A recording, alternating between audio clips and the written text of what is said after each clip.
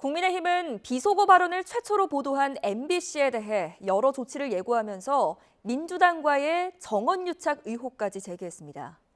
더불어민주당은 박진 외교부 장관 해임을 거론한 가운데 대통령이 결단하지 않는다면 내일 의원총회를 거쳐 해임 건의안을 발의하겠다고 압박했습니다.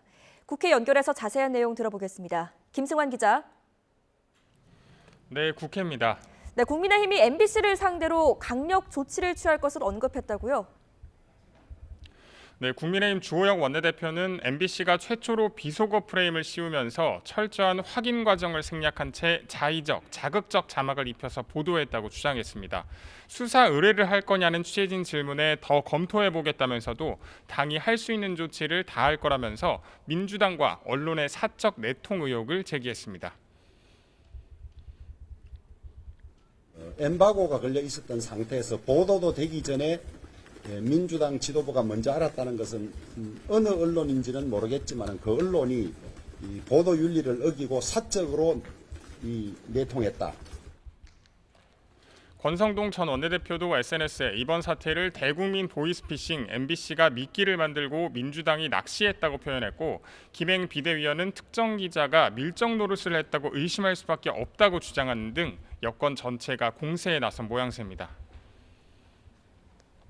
네, 더불어민주당은 오늘 윤석열 대통령의 약식 회견 내용에 대해서 강하게 반발하고 있다고요? 네, 민주당은 윤석열 대통령이 진실은 은폐하고 언론을 겁박하는 적반하장식 발언을 이어갔다고 평가절하했습니다. 또 이번 순방의 총책임자인 박진 외교부 장관을 해임하고 외교 참사 책임자들을 전면 교체하라고 촉구하면서 결단을 내리지 않으면 내일 당론을 모아 외교부 장관 해임 건의안을 발의하겠다고 밝혔습니다. 박홍근 원내대표는 여당에서 MBC와 민주당의 유착 의혹을 제기한 것과 관련해서도 강한 어조로 비판하면서 이렇게 말했습니다. 박홍근 원내대표가 마치 MBC하고 유착되었다라고 그냥 의혹 정도로 얘기하지 마시고 자신 있게 주장하세요.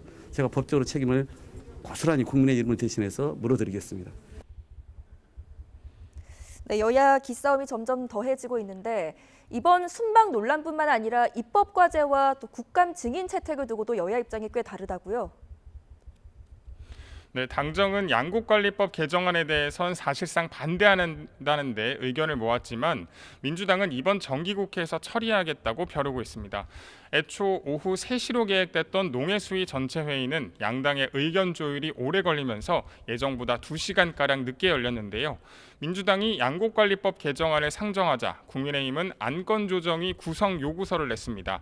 안건조정위원회는 최장 90일간 법안 심사를 할 수 있도록 한 제도로 국민의힘이 일단 법안 처리를 지연시킨 겁니다. 이런 가운데 여야는 국정감사 증인 채택을 두고도 이견을 보이고 있습니다. 특히 여야가 각각 벼르고 있는 법사위에선 한동훈 법무부 장관 등 기관 증인 채택을 의결했지만 김건희 여사와 김 여사의 모친 민주당 이재명 대표의 부인 김혜경 씨 등 여야가 서로 첨예하게 대립하는 일반 증인과 참고인 채택은 미뤄졌습니다. 지금까지 국회에서 YTN 김승환입니다.